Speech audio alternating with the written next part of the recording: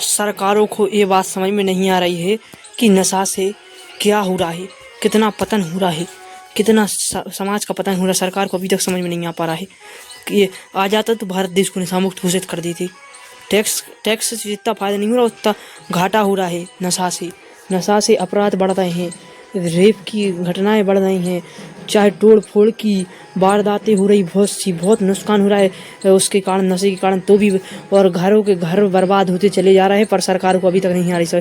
सरकार को बस राजस्व चाहिए, क्योंकि भ्रष्ट सरकार है, चाहे बीजेपी हो, चाहे कांग्रेस हो, और चाहे अन्य पार्टी जितनी आएंगी वो भी जो नशा मुक्त घोषित नहीं कर रही हैं वो भ्रष्ट पार्टियां हैं नंबर 1 की। क्योंकि अपनी जनता को जहर खिलाने वाला वो सच्चा राजा प्रजा का खा ही नहीं सकता। इसके लिए तीसरा विकल्प भारतीय शक्ति जनता पार्टी, जो बिना शासन में आए, एक भी विधानसभा बिना जीते 2600 ग्रामों में नशा मुक्ति की है। वो मध्य प्रदेश में की है, बिना सत्ता में आए।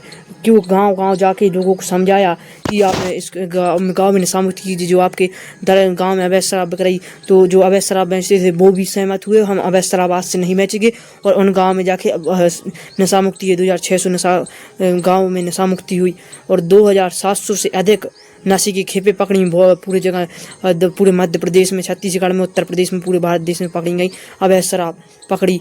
और जो मध्य प्रदेश की गांजे की सबसे बड़ी कार्रवाई भगवती मानव कल्याण संगठन 2025 की, और 2024 की भी सबसे बड़ी शराब की कार्रवाई भगवती मानव कल्याण संगठन ने की। और अभी ताज़ा ही मामला बता दिया जाए, 2026 की सबसे बड़ी अफीम की कार्रवाई मध्य प्रदेश की 4 करोड़ की अफीम पकड़ी भगवती मानव कल्याण संगठन ने। सोचो, हर कार्य अवैध भगवती मानव कल्याण। और यही नहीं, शराब नशे के खिलाफ चल रहा है। जो खनन माफिया हैं, चाहे विधायक भी खनन माफिया बने रहते हैं, विधायक सीधे बीजेपी के विधायक, उनको यही नहीं, उत्तर प्रदेश, मध्य प्रदेश और हरियाणा जैसे प्रदेशों में खनन माफियाओं पर कार्रवाई करवाई भगवती मानव कल्याण संगठन ने। और नशा मुक्ति के लिए तो भगवती मानव कल्याण संगठन रैलियां निकाल रहा है और लोगों को नशा मुक्त करवा रहा है।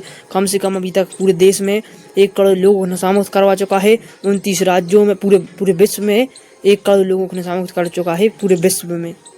नेपाल में भी काम करता है संगठन, और पूरे भारत देश में काम कर रहा है, और जाके 20 से अधिक देशों में गठन हो चुका है भगवती मानव कल्याण संगठन। शक्तिपति महाराज की 3 धाराएं हैं, एक भगवती मानव कल्याण संगठन, एक भारतीय शक्ति चेतना पार्टी, और पंचविधि शक्ति सिद्धार्थनाथ धाम। ये तीनों बहुत सराहनीय कार्य कर रही हैं।